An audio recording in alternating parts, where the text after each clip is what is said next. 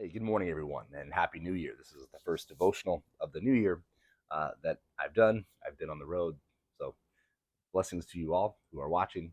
Today, I want to share some thoughts on Genesis chapter 1. This is a passage we're all familiar with, but I think we often forget just how often God pronounces a blessing and calls his creation good. So after each category, we could say that he creates there in Genesis chapter 1, God pronounces this blessing, saying, and it was good. And so we often forget that God's creation is itself good. Though things have been marred with sin, the creation of God was not with sin. And God's not only creative action and force, but what he created, which culminated in man, is inherently good, or we should say was inherently good prior to sin entering in it. So now man is corrupted because of sin, and this has certain repercussions or consequences even for the creation itself.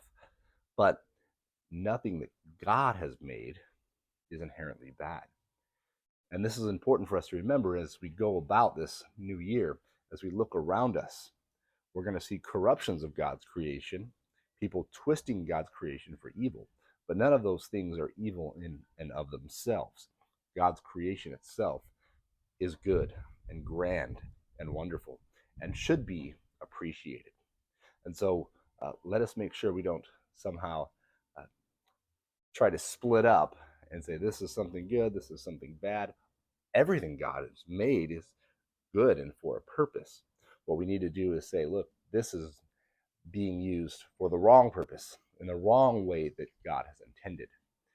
But let us appreciate his creation as we look around us, because it is a great thing. And like God, may we say, and it is good.